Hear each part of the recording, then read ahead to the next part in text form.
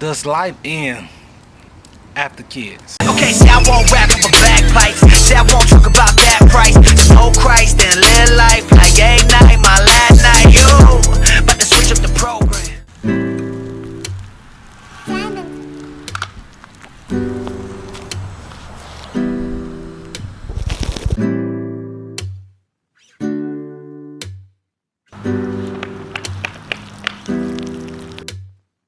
Pat Squad, what's the deal, y'all? It's kind of late outside, as y'all can see. We outside.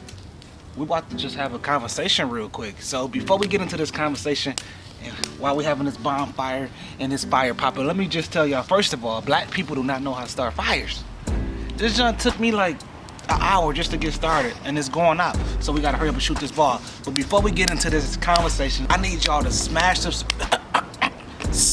subscribe button right now. This is very important. Push that post notification bell right there in the corner. That way, this notifies y'all every single time we drop a video. Because we dropping those bangers back to back. Melanie, where you at? You ready? I'm ready. You behind the cam, so let's get into this conversation. Okay, turn it up. Turn it up. So we got the fire going over there. I gotta watch my back because, you know, I ain't trying to. There you go. Yes, come on. Okay. That's mine or yours? You know, that's yours. Fill me up till I overflow. Toast.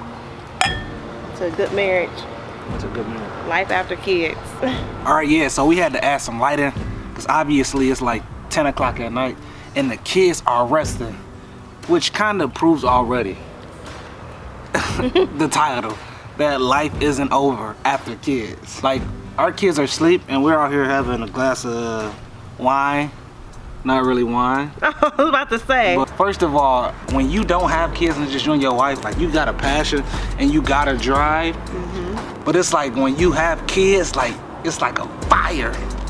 No point intended, just literally ignites in you, and you really want to go harder. Like for an example, like, we both have had a business. And we didn't have a business till after we had kids. Like, right. Your real estate and my security company. Like, right. I mean, without kids, I probably would have never did that. And so, like, kids really push you into your purpose, man. It makes you just want to go hard and just do all that you can do because you got kids that, you know, that you're looking after, that you're responsible for. And so, after you have kids, it's like, what can I do next? How can I bring the next income in? How can I do this? What can I do? Where do I gotta go? What's the next step? Like, your list, your mind just keeps going on and on and on because you want to provide for your kids. You know, kids may prolong some processes. Let's just be honest. But they don't stop the process. They don't stop it. They may prolong it. Enhance it. They may prolong it. It may take you a little longer. Shout out to the Spirit Airlines flight flying over our head. It might prolong the process, but that junk ain't over. That junk ain't over. For example, college. There's some people who have went to college with their kids, like put their kids in daycare and completed college right away. But then you have some who take off to play the mommy role and give their kids that time and attention, and when their kids get of age and get in school, then they go back to school. It's not a race. It's just the difference is time.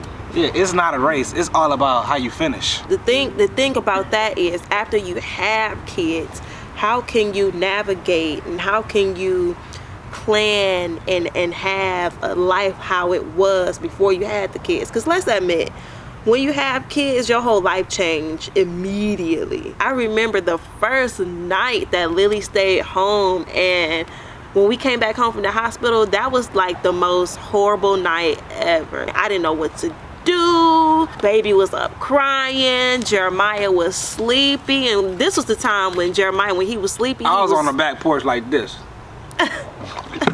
Man, he would get so grumpy at night, and so me and him arguing about the baby crying, and it was just all of this mess. I'm trying to tell her that babies cry for no reason, and she's trying to tell me, no, you know how the baby it is. brain hurts. I'm like, I didn't say how that. do you know this? We gotta keep it real with ourselves and admit that once we had kids, we kind of got in that cycle to where you kind of get used to just taking care of the kids, just working, taking care of the kids, just working. Because there was one point at a time in our lives where it was just like, okay, what the heck is going on? Remember that time? It's been many a times.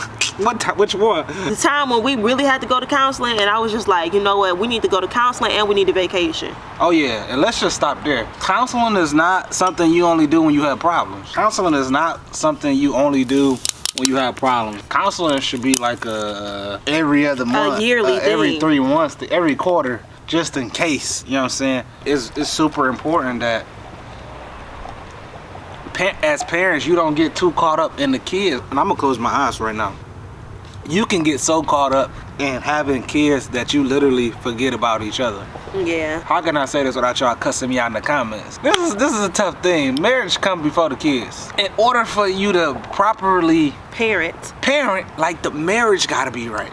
Yeah. And that's a tough pill to swallow. Even right now I'm saying that because we don't always do that. Naturally you want to be a better parent first, or you want to feed the kids first after you cook the meal. And I'm cool with that. Like, we don't have those problems. Like, eat my plate first. Like, no, feed my kids. I'm good. Yeah, we naturally put the kids first because that's what you want to do. You know, you want to put your kids before you because it's like they're your everything. But it goes without saying, like, you don't have to. It's not one of them things we out here just yelling out, yeah, I come in for the kids. Like, it's just something you always keep in the back of your mind. You got to make sure the marriage is together. Basically, we won't be able to properly deal with the kids. Right, So yeah, like, if you marry and you got kids, like, do not forget about yourself. If your moms are alive or grandmas around and great-grandmas and uncles and aunties that you're close with and you trust, take a vacation. You want some covers? I'm good.